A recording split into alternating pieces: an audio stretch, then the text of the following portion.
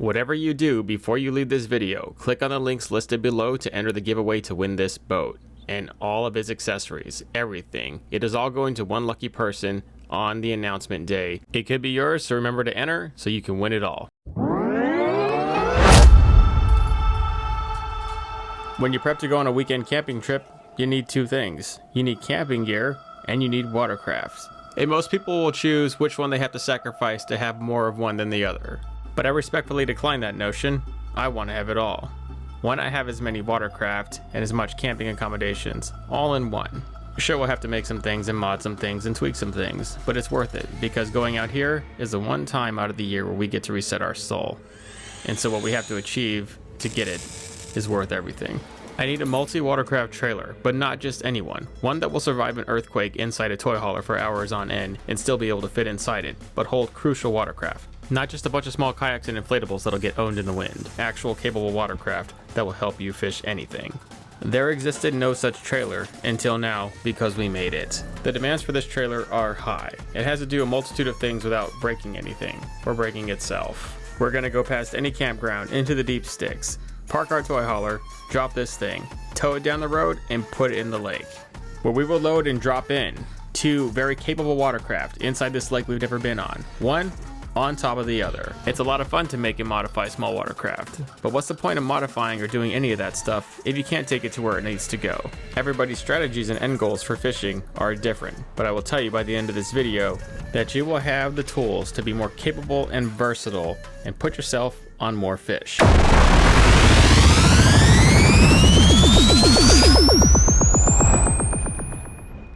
This video is pretty long and there are several parts of it, so we have chapters. If you scroll with your thumb down the timeline, you'll see the breaks and you can just go to each chapter and check it out. Or you can just flip down to the description area and find the timestamps and the hyperlinks. Click on the blue time hyperlink and it'll take you to that section that you need to be at. I also want to give a huge shout out to Power Queen Lithium Batteries for donating 2 batteries for each of these watercraft, which was crucial because they're super lightweight and very high performance, which is exactly what we need in a small trailer with small watercraft that we're having to drag through all this stuff. I'll show you a little bit more about that later.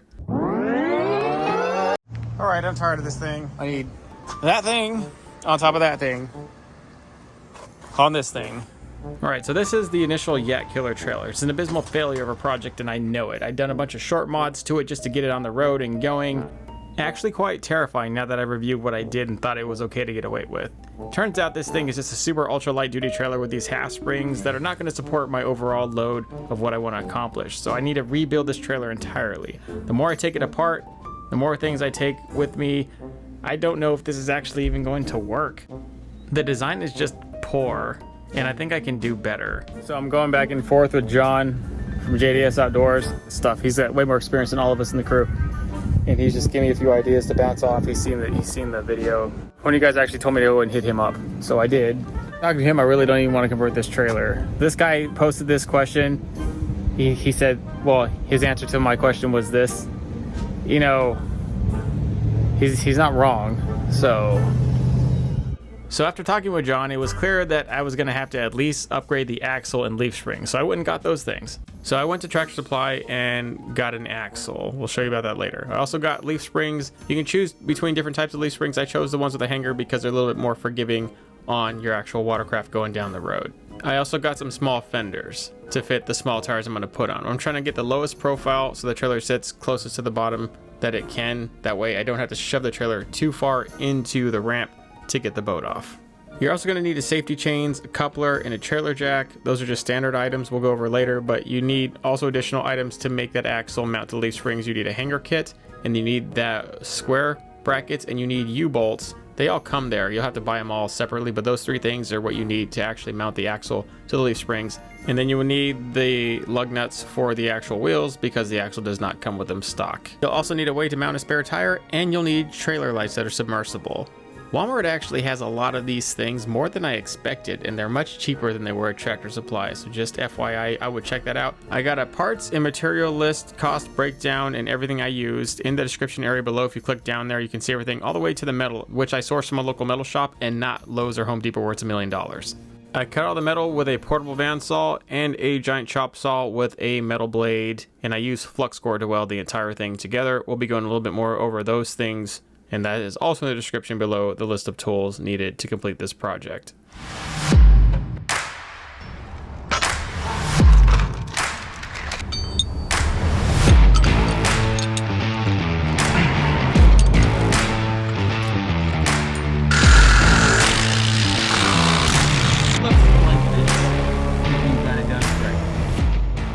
I'm trying to make this trailer as light as I can but still be structurally sound. I was told you can go as little as 16 gauge when it comes to steel tubing, but I used 14 gauge, which is not quite 12 gauge or 1/8 inch thick. But the outside is all 12 gauge, 1.5 by 3 tubing. The cross beams are also 14 gauge, but the middle core is straight 1/8.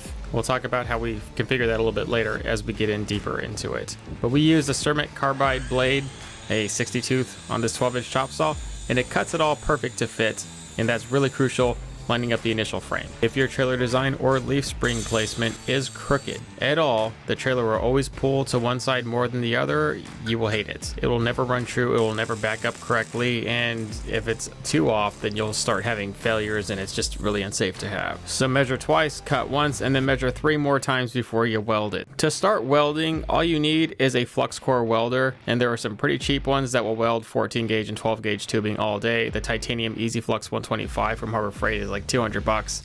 You can also get a cheap helmet and some MIG gloves and a non-flammable shirt that is long sleeve, and you can just weld that day. I like the Vulcan Omni Pro because the settings on it, when you just click through it, the digital settings are pretty accurate for what it needs to be. Very, very little adjustment if any, so anybody who's a newbie to welding would love that welder. Now that we're going through this entire process to make a cage because we have to. If we didn't have to, we could just easily accommodate that wishbone trailer. It's super easy to make mods and revamp a trailer and make it suitable to your needs. The whole reason we're just scrapping that other trailer is to make a cage that will run long enough down each side of the boat and be wide enough to where you can step down it on each side of the boat to get to the top rack, because we are making a double stack trailer. The other thing is we're making this specifically to fit inside my toy hauler. It will taper at the top so it will miss all the furniture and not damage anything when it's shaking around there in transport. Other than that, it's actually pretty easy to make a double stack trailer. You just get some ladder racks, stick them on a regular trailer. People do it all the time. It's just those designs are very basic, they're not very dynamic, and they're not going to fit what we need it to do. We're really trying to go for broke here and make something happen, and we're going to have to do quite a bit to achieve it.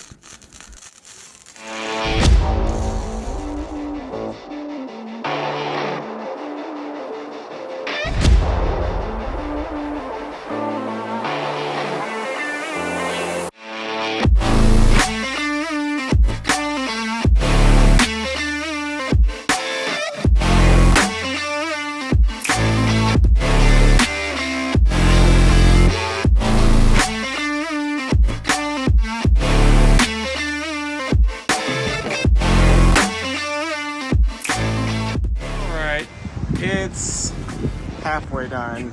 Still sweating out here. Like, the sun just peaked, and in a few minutes it'll be unbearable to work. So let's work through the night because it's not 1,000,000 degrees. I'm tired. I'm probably talking delirious. Like, try and run it the lightest I can. I fiddled and faddled about how I was going to do this, and I finally just said, you know what, I'm just going to permanently mount them, and I have better guides so the boat doesn't drag on these. So I'll be putting some guides here to kind of help guide the boat.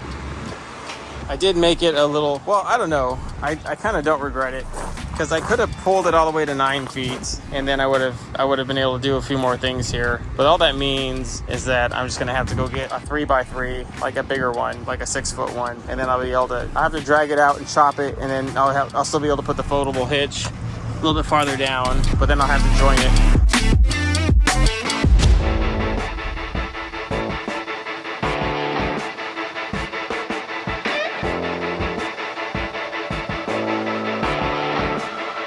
All right, I had to try it out in the hauler. Like, I did not want to go farther with it unless I was absolutely sure it was going to fit. And dude, it barely fits, man. I guess it could be a little tighter in this way. Like, I tapered it. The taper really was, well, for one, because it doesn't need to be that tall at the top. And then two, because of the T-beam, because of the furniture. And I remember that would be a problem with other stuff that we tried to put in here that was like tall. It was an issue. So that taper, that little bend, is a super short cutout. So far it fits. Actually, I'll still have room to walk around here.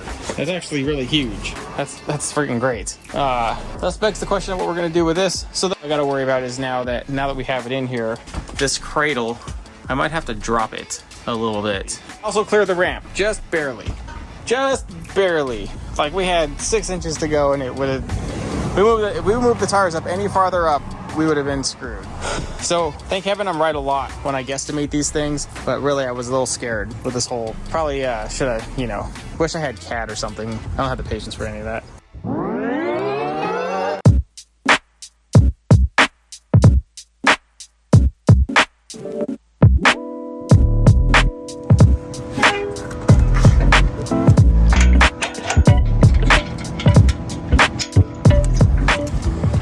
Amazing what skill and tools will do you. This took me like, I swear, like so many hours last time to do.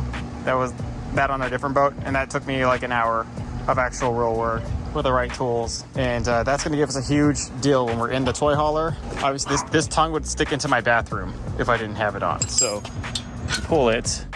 And then this, which is what we also had to buy. We had to buy one for a 3-inch with a 2-inch ball. And that's kind of, why did I add this? Is this overkill for this trailer? Hell yeah, it is. But whole thing, I keep having to switch between 1.7/8 balls and 2-inch balls. I hate doing it. I hate doing it. So I'd rather just have this on there.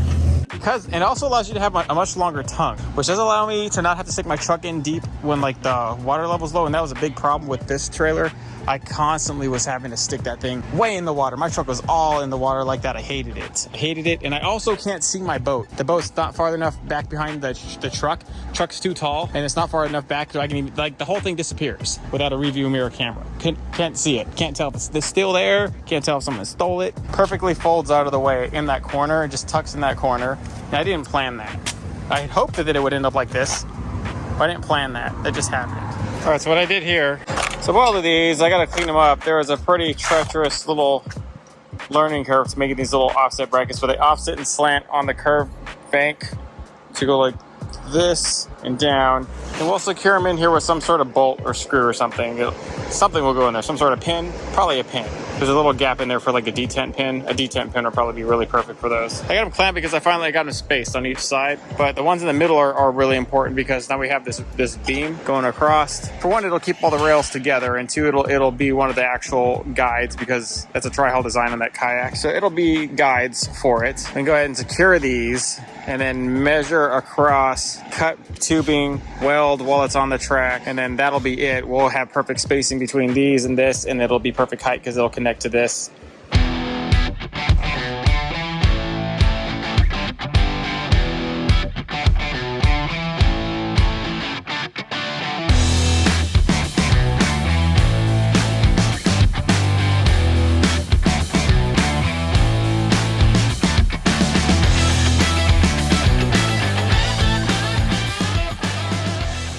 Okay, so it all fits correctly and spaced correctly, but now we need bunks on the actual kayak. We need more than just it sitting on 4 bars. They'll start being flat spots and start being other things. One thing I wish I had in this small garage is a pipe and tube bender, but I don't have that. So how we get around that is we cut a bunch of individual slots and we make sure it's flexible. We position it to where we need it to be, and then we weld all those slots we just made. It's tedious. And it's not the greatest way, but it is going to be the only way we're going to be able to achieve what we want. We want it to cradle and truly stop the kayak and keep it from shaking off or sliding back, sliding forward, doing anything that it could possibly do while it's going down the road on this trailer.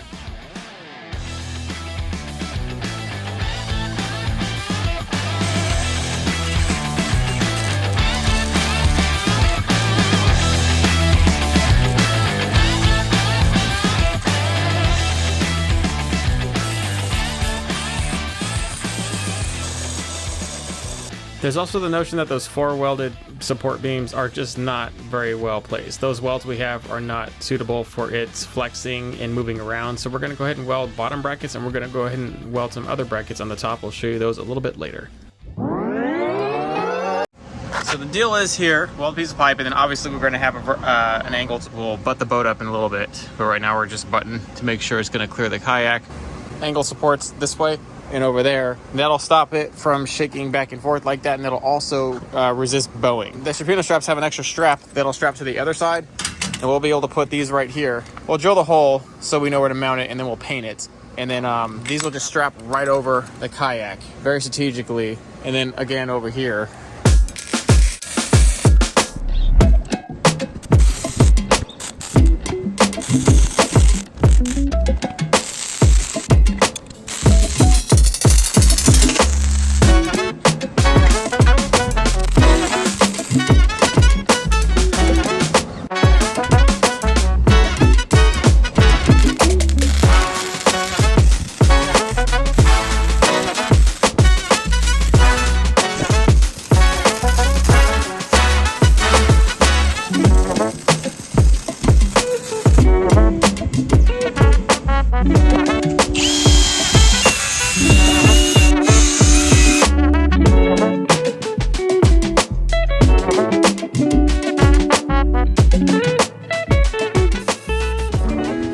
seriously underestimated just how much crap there would be to making this trailer. It's really kind of kicking me in the teeth. I should have been done with this in a few days. I mean, really, how long would it take for you to frame a trailer? And going on day 4, I'd hope to get the primer down, but it ain't gonna look like I'm gonna do it. I'm gonna have to look at the forecast and hope there's no rain, and maybe I can leave this thing outside and just put my... I got this. This is the initial, you know, bump bar. This winch will go underneath the bump bar to grab the boat. This comes up here. This coupler grabs the actual kayak perfectly, and this will swing over and grab the nose. You can go under and loop it. You don't actually need a D-ring. There's a way to just kind of loop it. That might actually make just a loop attachment that hooks onto the D-ring. That way the D-ring can just catch it. I'll be trying to make probably a special harness just for that, so I can lift it over the edge. Quick reminder to those of you that are new, we have a full store with anything you need to modify your boat or trailer ever. After adding the double-wench post and the cage full setup, the trailer bottom started like flexing a little bit more than I'd like, so I added more supports to it over the 1/8 inch tubing underneath. And we also sleeved the main tube that connects everything else here, and I drilled all the way down into the 1/4 inch 2.5 sleeving underneath the 3 inch tubing with 1/8 inch to keep it tight, and then we welded it in place so it'll never move again. And at this point, the trailer is very strong everywhere. All the ends that were flexing and questionable are all tied up to where they needed to be, but it's also much heavier than I thought it would be. I was trying to go for lightness.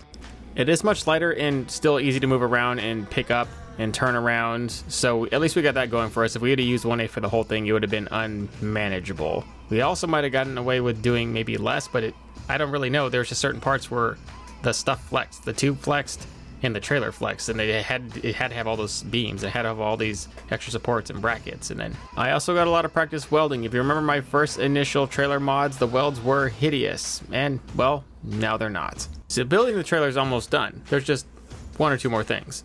We'll strategically think about where the best place to put drain holes is, and then we're going to weld the bottom corners right here. Good time to inspect whatever we're going to inspect, and then possibly we'll just even prep and primer this now while it's on the side.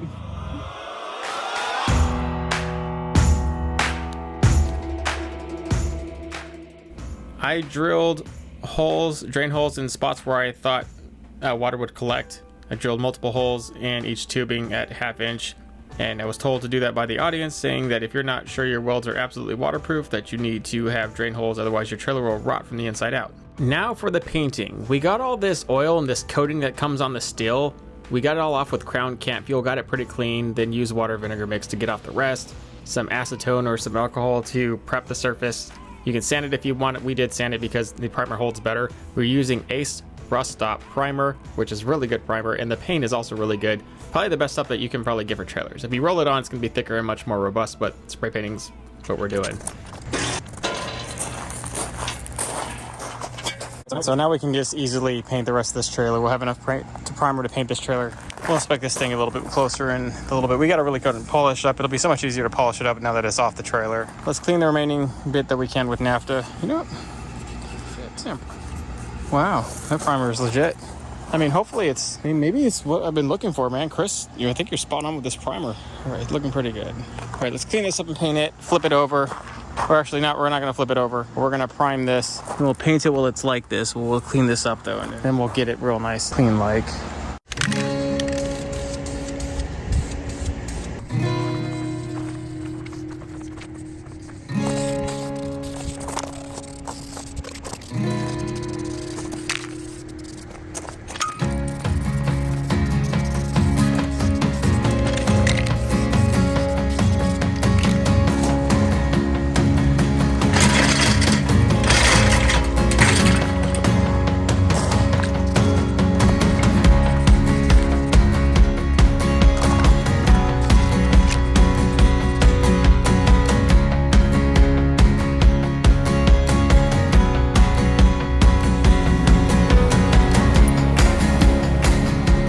This is done. We are ready to, we're gonna cover these steel bunks with EVA foam. We got this leftover stuff from Amazon to be perfect for that.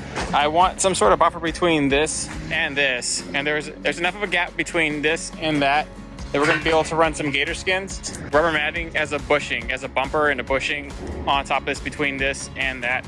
I was worried about how we're doing that, but the rubber matting will be perfect. We'll probably be using the gray stuff. And then from the wooden bunks, we're gonna use the remainder of that EVA foam as a cushion, and we're gonna wrap that stuff in the vinyl. Essentially, I won't have to kill myself trying to get through this cage to get the boat on and off. It'll just slide on and off pretty easily.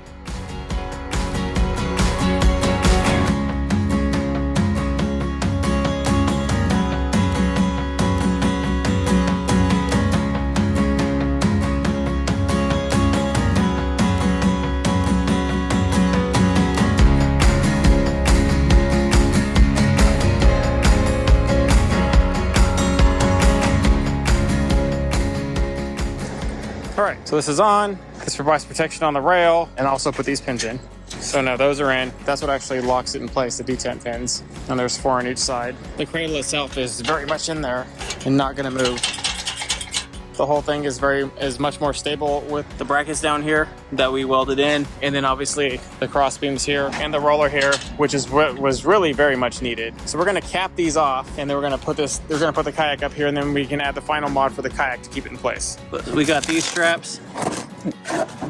So not only are these like pretty darn good looking, right? There's other buckles, so I can put it on one side, buckle on one side, and strap on the other, and strap it over the yak, and they'll connect to each other. It's pretty sweet. I ran the conduits.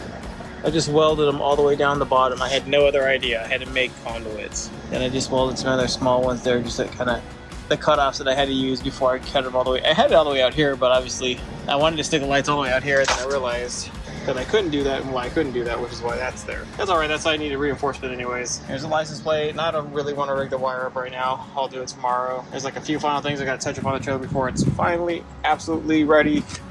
But we are finally about 95% done. And these came out pretty sweet. Nice, those straps all the way around the strapinos.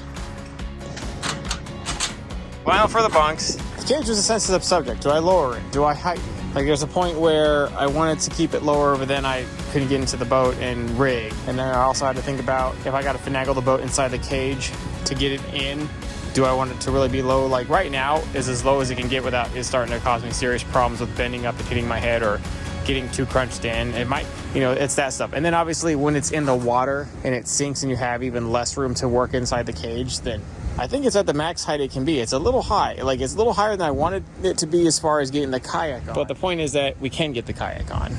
Is it a little bit tedious? Yeah. Whatever. I mean, if this is a lighter kayak, like most people are using like a much lighter kayak than this one, it's not gonna be that bad, just truth be told. Huge shout out to all the patrons and channel members for making this channel possible and getting us this far. I hope you guys are using all your perks. If you're not, DM me. We have new master classes and a lot of stuff more available to you guys. Hope you guys are taking advantage of it. But here it is, more or less finished. The only thing I did after this was add rollers for the boat directly in the center between each of the support beams on each side, and that perfectly centered the boat as it came into the cage. And I also added UHNW plastic sleeving in the inside of each of the support beams later, so if the boat did touch any of the support beams, it would just slide. Nothing would scratch.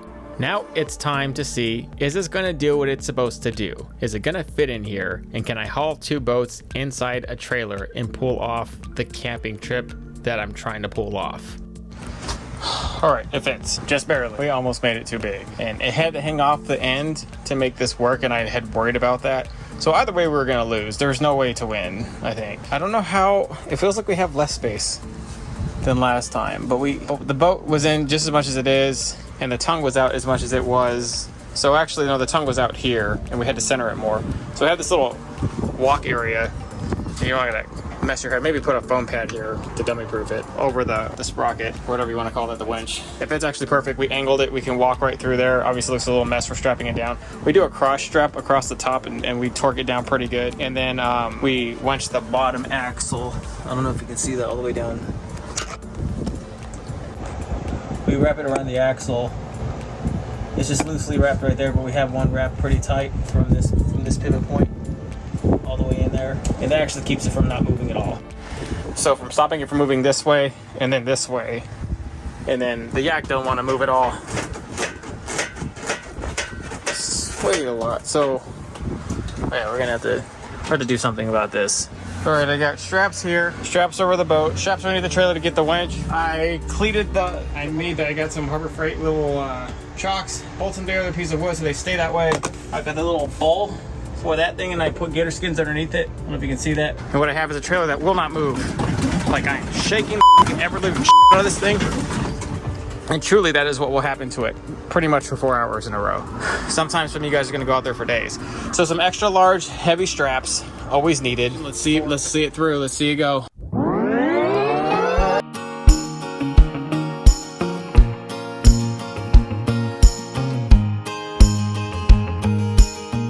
Guys, we're here. We're on the road out here in Williams. See all the pine trees. We just got kicked out of the KOA. Well, me.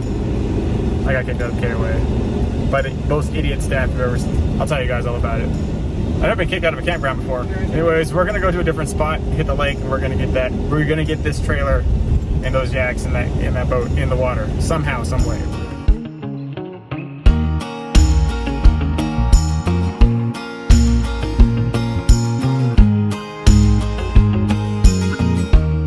Made it out here to the camp spot.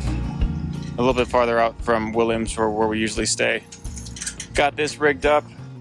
I made this patio fence for the toy hauler.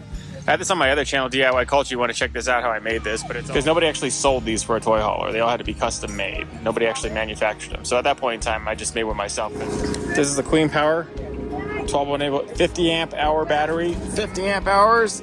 That's plenty for just messing around in a kayak. It really is. It's gonna be plenty to power a fish finder later when we mount that. The other thing is this is super, super light. Well, this is awesome for how light it is, because we do need this to be as light as possible. As heavy as the Dorado is, we need all the help that we can get. Turn on. Lights. Back lights here. Oh, look, dude. That's sweet. That's nice. Yeah.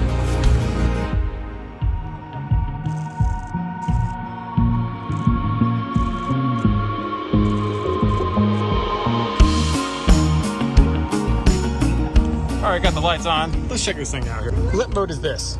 Press the little button. Lip home mode engaged. I don't even know what that means. Oh,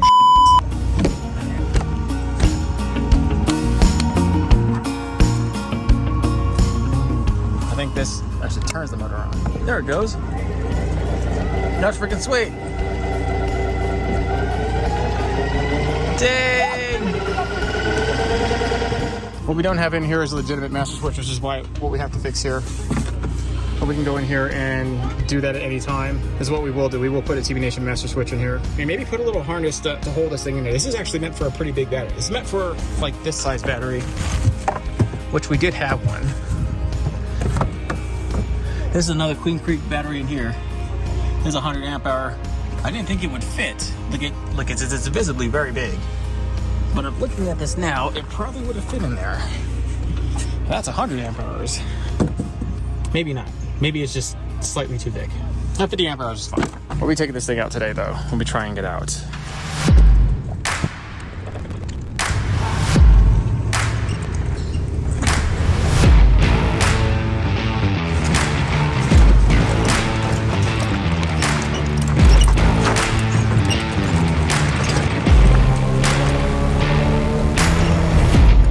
In it, and we were taking it down possibly the worst road ever to take it down. So it's either gonna break or it's not gonna break. Yeah, see all that?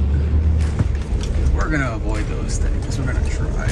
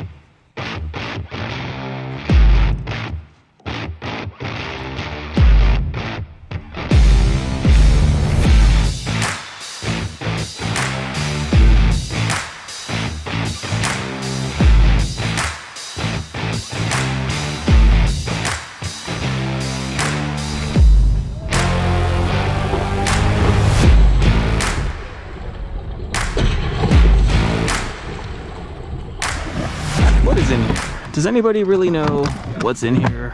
Yeah, there's so many lakes just like this that are just muddy all day. Nothing you can do can stop it.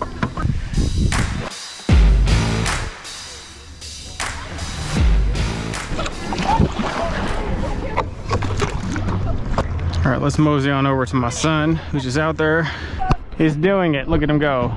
Oh, we're in 14 feet? Really? Can't be right.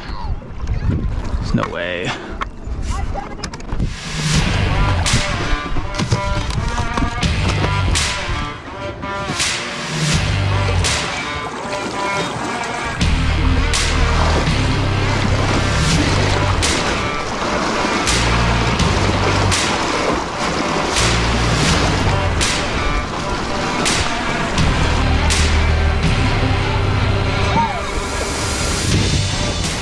I guess I'll slow down to give you a chance. I'm slowing down.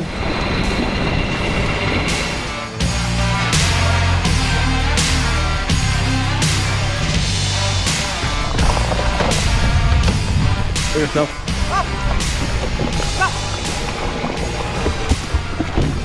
Dominic, you had one job. I don't know what to. Look, feather the trigger. Feather the trigger. Yeah, feather. A little bit, just a little bit. Like that. Okay, then you control yourself with the rudder. Then you can move the rudder with your either your foot or there. Like, yeah, do it sitting down. You can stand up if you have to, but you probably make an extension on that rudder flangle there where you can just kind of hit it with your hand and move it, like short mod or something that would make that thing like way easier to tolerate fishing. Hey, what kind of fish are here? Catfish, There's really? Wow. Huh. So there's everything. Yeah. Sweet. Thank you. Appreciate it.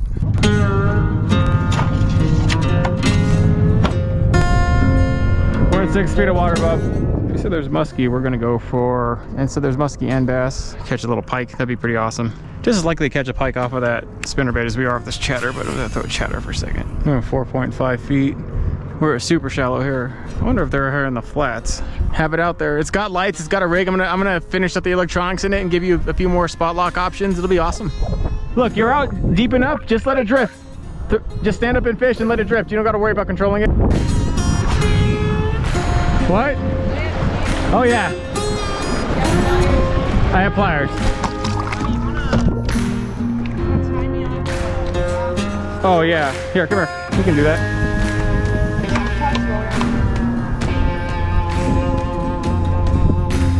Come on. Hey, no, this is pretty cool. I never got to fish a bubbler before. Throw.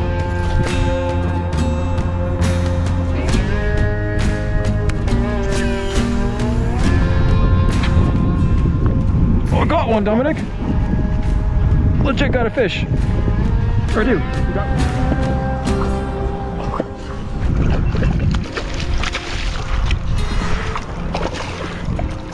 Dominic, I caught a walleye. Oh my gosh, I've never caught one before in my life. Is that on camera? It's on camera, Dominic. Yeah, you better break out that money. One. Whoa.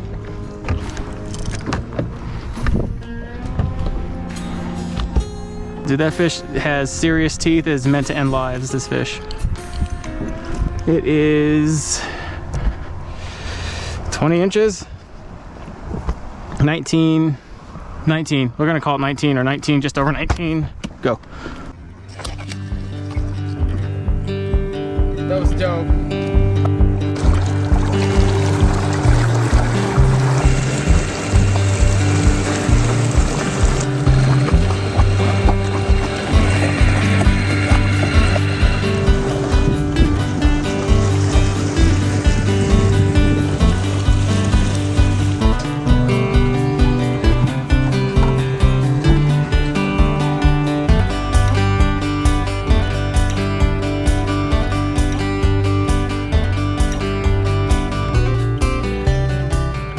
People asked me what I thought about doing possibly a tilt rack on top, and with the slanting of the support beams made that a little difficult. It could have been done, but in the end there was going to be a bunch of other things that would have had to been done. The Dorado is so heavy that I'm not really sure a tilt trailer would have helped its problem. Maybe if it was a regular 12.5 foot kayak that's only about 75-80 pounds, this thing is 150. It's almost as much as the boat underneath it. So there was problems with that. The big thing though is with weight comes capability and some other things. The Dorado hull is very, very good. It in no way compares to my Yak Killer down below in terms of ease of fishing use, but as far as actual capable watercraft that you can be out there in the wind, not worry about getting owned, be safe, stand up and still fish. With one person keeping on the winch to keep tension while I'm lifting it up and then eventually picking it up to slide it on the rails, it worked fine. It's not the best design, but it'll work now until I can make a more advanced cage. The thing with the top cage though is that it's modifiable. Because I can take that cage off, I can either scrap it or do things to it and put an entirely new, more advanced one on. So the initial design had to be done, but the entire platform on top is modifiable for updates. I have follow-up videos specifically on our experience on the lake using both of these watercraft and switching between them. Because we got kicked out of the KOA and we had to come out here to the actual sticks away from any campground because it was a Labor Day weekend and everything was booked, we really got to test the trailer out and see what we were capable of and places we can go, and it did open up new venues, so we are even more versatile now.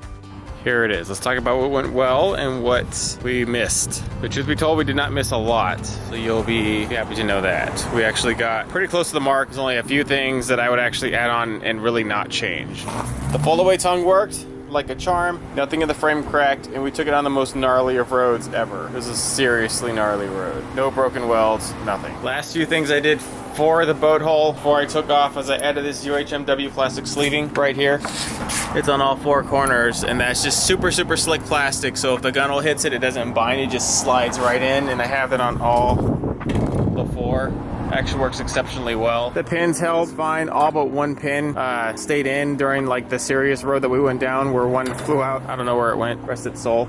So between the roller extensions that we added and the UHMW plastic sleeves, the boat just guided in seamlessly. And getting the yak up there was something else, especially a yak this heavy, but you know, my son really enjoyed the yak being out there by himself, us kind of teaming up on that lake and fishing it and driving around and figuring it out. So definitely was what I thought it would be. This trailer can stow even more things than just this though, so that's what we really are gonna plan to do, is make it so it can stow these paddle boards and then also some accessories like the paddles themselves and maybe even some fishing rods.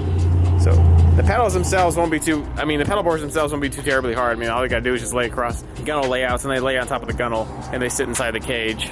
But it's the other attachments. Now, I did want to make them from there to there, but not gonna happen because, well, they're too far apart. But what I can do is make additional attachments here because these gaps from here to here are not too far apart. And at that point in time, I can actually make something pretty useful. So we'll be showing you how we're gonna do all that. This is not quite done, but it is very close to being done. I want to find a way to jack it up in here because it takes about 3 people to push this up, or 2 very strong people. You could probably do it. I got little from Harbor Freight, little jack. I was too exhausted mentally and physically to finish this mod, and it wasn't very well thought out. So I'm gonna think about a more intelligent design now that I have time, because I was trying to rush for the Labor Day weekend. And we're gonna have this thing pushed up there, make some sort of attachment here so the rope doesn't bind and cut into the aluminum, like a probably UHMW plastic like guide thing, and then we'll figure it out because that's what the wheel will roll up. Once you get that top wheel over, it's pretty much over. We can just crank it over very nicely over the top. So just figuring out the piece that slides right in here and then keeping it guide. Everything works really well. That roller, for whatever reason, it's offset. The one at West Marine offset, see how it kind of slants this way? Which is pretty good because it kind of centers it more. I think they figured that like when it doesn't do that, it actually starts to twist the spine. It twists the tongue when it just sits straight up. So they have it off slanted. But the bigger thing about that is like if you try and pull it straight, it always pulls to the right or the left. Like it never actually wants to stay straight. It wants to go left. But other than that, guys, it fits right in here. Fits in this nice little modest 25-foot toy hauler. I need to clean up and do some things too now that we're back from the trip. Thank you guys much. Appreciate it.